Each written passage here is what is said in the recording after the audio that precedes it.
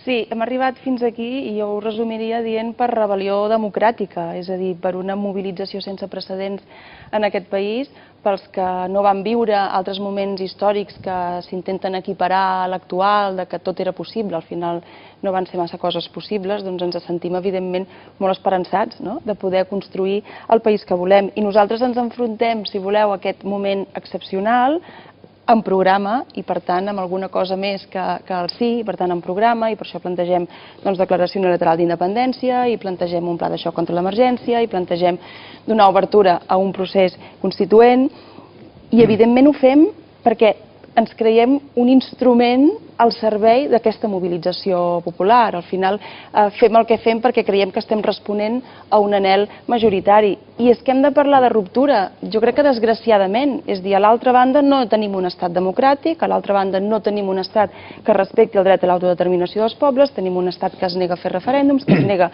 a resoldre conflictes i, per tant, necessitem parlar de ruptura. Però també vull afegir, ruptura amb un estat espanyol, amb un engranatge institucional composat d'uns determinats elements. Res a veure amb ruptura amb els pobles de l'Estat, res a veure amb ruptura amb els llaços d'amistat, de veïnatge i familiars que tenim amb l'Estat. Per tant, trenquem amb un Estat, però amb els pobles de l'Estat creiem, a més, que podem obrir-los finestra d'esperança, que si Catalunya marxa d'aquest Estat i aconsegueix fracturar-lo, podem donar peu a que altres pobles també aconsegueixin la seva llibertat. Sí, el senyor Iceta deia que potser no va anar a classe el dia que van explicar que la independència ajudaria a millorar la relació amb els espanyols. Jo no he dit això. Jo he dit que volia distingir, perquè em sembla important, perquè el discurs de la por per part de les dretes i per part de determinades esquerres és tan ferotge que necessitem especificar que volem trencar amb l'estat espanyol, res a veure amb trencar amb la gent i sobretot amb la classe treballadora de la resta de l'estat espanyol. No sé si va anar aquell dia a classe o no, el que potser no va anar és a la mateixa escola que jo, i em sembla que puc dir que he anat a l'escola pública d'aquest país i que m'han educat bastant bé, perquè comencem amb un nivell d'interrupció i de no deixar parlar que em sembla bastant alarmant. Hi ha també una certa tendència permanent, de depèn de quines formacions, a decidir, ells decideixen quins són els problemes de la gent, i ells decideixen el catàleg de problemes de la gent, no interrompis, i la resta no compten. Nosaltres ja sabem quins són els problemes de la gent, però és que resulta que en aquest país també es viu com un problema la humiliació de l'estat espanyol. Respecte que el Partit Popular apel·li a respectar les regles del joc democràtic i l'estat del benestar, jo crec que no mereix cap tipus de consideració, la gent coneix sobradament quines són les seves polítiques. No puc deixar d'interpel·lar el senyor Lluís Rabell, no contribueixi a restringir el debat del moment a un repte majúscul a qui s'investirà president. És fer un molt flac favor al procés, que el procés no és una persona, no és Mas, per tant no contribueixin vostès també a fer aquest reduccionisme que ens sembla que és d'alguna manera trampós. I pel que fa a la subhasta del senyor Espadaler, vostè al programa de la CUP n'hi diu subhasta. La temporal, perquè n'hi ha dues de subhastes. N'hi ha una altra de molt curiosa, veiem qui és més insumís. Un programa de dignitat popular, que és bastant diferent a la subhasta. Deu ser que no tinc una mentalitat mercantilista. Contesto de seguida perquè m'importa molt el que pensi la teva mare i m'agradaria molt contribuir a tranquil·litzar-la, però no puc evitar deixar una cosa important que m'havia quedat del bloc anterior.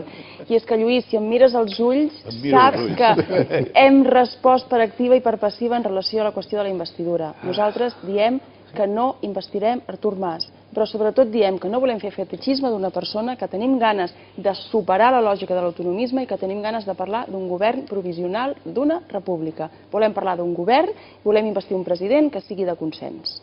Queda clar. Vaig a la mare, als tiets, i a la molta gent... No, el temps corre per descomptat, no es preocupin. El temps corre per tothom des del moment que comencen a intervenir a cada bloc. La mare i el tiet de la Pilar, senyora Gabriel. Els hi voldria dir moltes coses, però aquest format que ens heu plantejat que ho hem de condensar tot. Tu també ho deies, és a dir, la situació que tenim actualment d'entrada ja no tranquil·litza moltíssima gent. El 6,3% de persones que ja viuen en situació de pobresa severa no estan gens tranquil·les. El percentatge d'aturats de joves no estan gens tranquils. I és lògic que ens preocupem de com pagarem les pensions, com també ens hem de preocupar de si podem garantir les escoles, la sanitat de qualitat i tantes altres coses. I per nosaltres és evident que la independència és la palanca de transformació que necessitem per garantir la societat que nosaltres entenem que ens mereixem. I per tot això, nosaltres, per qui es pensi que no hem preparat un full de ruta que sigui viable, doncs sí que l'hem preparat. I d'entrada creiem que ha de començar per una desconnexió immediata a nivell legal, institucional, de tot de qüestions que es podrien començar a desobeir, que vol dir a la pràctica, que podríem deixar de desnonar, que podríem deixar d'aplicar la llei Wert a les escoles, que podríem de fer moltes coses que no ens costarien diners i que d'entrada revertirien positivament en la vida de les persones.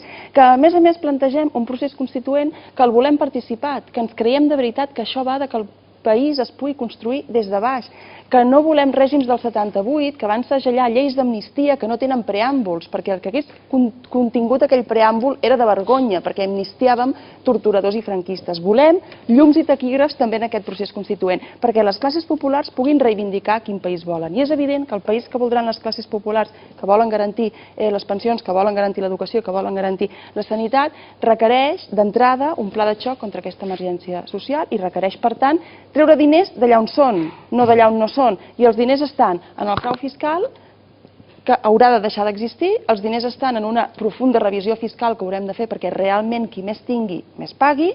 Els diners estan en deixar de pagar el deute, que nosaltres ho diem obertament, no ens fa por. Si pagues el deute és incompatible amb polítiques socials, no ens fa por. Nosaltres preferim pagar política social abans que satisfer els interessos dels bancs. I acabo, i per últim, sentar les bases d'una nova economia, perquè també diem que aquest pla de xoc que nosaltres presentem volem que sigui l'últim pla de xoc que necessiti el nostre país i que no l'haguem de demanar mai més. Una cosa que no sé si és possible, però que hi hagi una mica de decència política o moral, per expressar-ho d'alguna manera, i que els que defensen l'estatus quo, els que defenseu aquest immobilisme, sigueu capaços, més que parlar de tot el que fa por en relació a la independència, que parleu del que fa por de la situació actual i del quedar-se com estem, que és que fa autèntic terror. Potser per vosaltres no, però insistim, per molta gent sí. En relació a la seguretat jurídica, nosaltres jo crec que ens podem comprometre a donar seguretat jurídica, això sí, no el que emana de la legalitat espanyola, sinó el que emanarà de la legitimitat popular que comportarà aquest procés constituent, que per nosaltres són les autèntiques veus autoritzades, la gent del nostre país. No necessitem buscar massa més lluny. I en relació a les pensions, també demanaria decència política o moral, perquè em sembla profundament perillós, poc ètic, jugar amb les pensions de les persones, d'una generació de persones, a més, que els hi van inocular la por durant molts anys, perquè molts d'ells, recordem, van viure sota un règim feixista la major part de la seva vida. Per tant, és gent que sap el que és la por i no crec que s'hagi de fer política o captar vots amb aquest tipus de qüestions. Les pensions, per nosaltres, són una necessitat estructural d'un país i, per tant, no les faríem dependre de la quantitat de treballadors que hi hagués en cap moment. Per què no parlem de sostenir la monarquia o els exèrcits en funció de quants treballadors hi ha? Perquè determinades forces ho conceben com una despesa estructural que ningú qüestiona. Doncs nosaltres les pensions no les qüestionarem, no les posarem en joc, ens n'alegrem que hagi augmentat l'esperança de vida, perquè sobretot augmenta l'esperança de vida a la classe treballadora, per tant, ens n'alegrem que hi hagi molta gent que ha de cobrar pensions i estaran garantides per dignitat. Sí, jo crec que d'entrada algú li hauria de demanar responsabilitats amb la diplomàcia espanyola, perquè per ser que no volien convertir aquestes eleccions en extraordinàries, estan aconseguint que absolutament tothom parli de la situació de Catalunya, per tant, és una mica curiós que alguns segueixin defensant que no són excepcionals aquestes eleccions. Nosaltres creiem que convindria molt tenir aquest debat en relació a la Unió Europea amb molta calma, amb molt rigor i que seria molt convenient obrir-lo, perquè jo estic d'acord que no és una qüestió jurídica, els tractats blinden el que blinden fins que es modifiquen, això en dret és així, és sempre polític. Els que apel·leu a negociacions polítiques amb l'estat espanyol sembla que amb la Unió Europea no es pugui negociar res, perquè els tractats que es van aprovar un dia són inamovibles. Jo crec que això no s'ho creu ningú. Des de fora és difícil modificar. Jo no interrompo ningú, de veritat, en cap moment ho he fet. Per tant, nosaltres creiem que és necessari afrontar aquest debat en profunditat, perquè la màxima de no convé a ningú sortir de la Unió Europea, com a mínim l'hem de poder discutir. Perquè en aquest país segurament hi ha molta gent que s'emmiralla amb el somni d'Europa i algú va creure que Europa era un espai de llibertats i de progrés. Europa, en els moments difícils d'aquest país, no ens ha vingut a ajudar Ningú, excepte la classe treballadora que es van enrolar a les brigades internacionals, que van ser els únics que es van atrevir a venir aquí a plantar cara al feixisme. Jo no l'he interromput en cap moment. Però, en canvi, no és això, no és un espai de llibertats i de progrés. La Unió Europea és una altra cosa, i des de la seva fundació és una sèrie d'encadenament institucional, legal i d'institucions molt poc democràtiques que serveixen uns determinats interessos. I està bé que parlem d'això, i està bé que parlem i posem sobre la taula què significa el Banc Central Europeu, què significa cedir la sobirania a aquesta institució, què significa no tenir cap mena de control sobre la política monetària, per què Europa, la Unió Europea, es gesta sobre determinats postulats, però en canvi no gesta sobre cap unió política, sobre cap unió fiscal, és a dir, només una unió monetària que serveix a alguns, però a d'altres, els que estem a la perifèria, perquè som perifèria, Estat espanyol o Catalunya independent serem perifèria, la Unió Europea no ens reserva res més que deutecràcia, que és l'obligació de pagar el deute per davant de qualsevol política de primera necessitat que puguem plantejar. Jo defenso que puguem debatre això i que alguns diguin, doncs no, nosaltres pensem que efectivament primer s'ha de pagar el deute. I ens sembla bé que no siguem sobirans i que ho sigui el Banc Central Europeu. I ens sembla bé que la senyora Merkel decideixi sobre les nostres vides. Jo qui ho defensi em sembla bé. Però nosaltres volem tenir l'oportunitat de debatre això amb profunditat i rigor perquè pensem que el país s'ho mereix. L'altre dia presentàvem al Col·legi de Periodistes un llibre del pas pel Parlament, el balanç que hem fet d'aquesta primera legislatura al Parlament, i el diputat Quim Arrufat deia que una de les coses que li havien sorprès més era el despreci profund que havia notat d'algunes parts de la bancada del Parlament. Ell parlava de despreci per la identitat, despreci per classe, fins i tot per ser de classe treballadora i per no ser experts ni professionals en aquest club de polítics. I el despreci a vegades no només el sents amb les formes i amb les interrupcions permanents, sinó també amb aquest menysteniment i ridiculització del que alguns pensem i defensem, que ho pensem i defensem perquè ho pensen i ho defensen moltes persones a banda de nosaltres. Per tant, jo demanaria que en lloc de gastar el vostre temps en ridiculitzar aquells que creiem que s'ha de contemplar la sortida de la Unió Europea no com una catàstrofe, l'invertíssiu en respondre 3 preguntes de moment. Com penseu pagar el deute? Com penseu créixer amb la dèbil estructura productiva que té aquest país? I per últim, què és el proper que privatitzareu?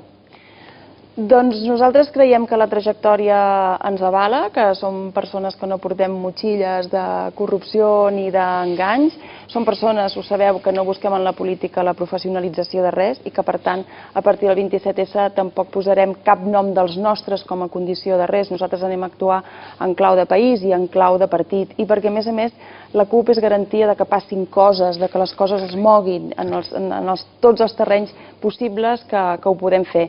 Per tant, votar CUP és votar independència, però és votar independència plena de contingut, amb la garantia, a més, que com que no estem endeutats amb ningú i no devem res a cap banc, no tenim la cadira llogada, com es diu popularment, i farem realment allò que hem dit amb la nostra paraula i amb allò que ens hem compromès.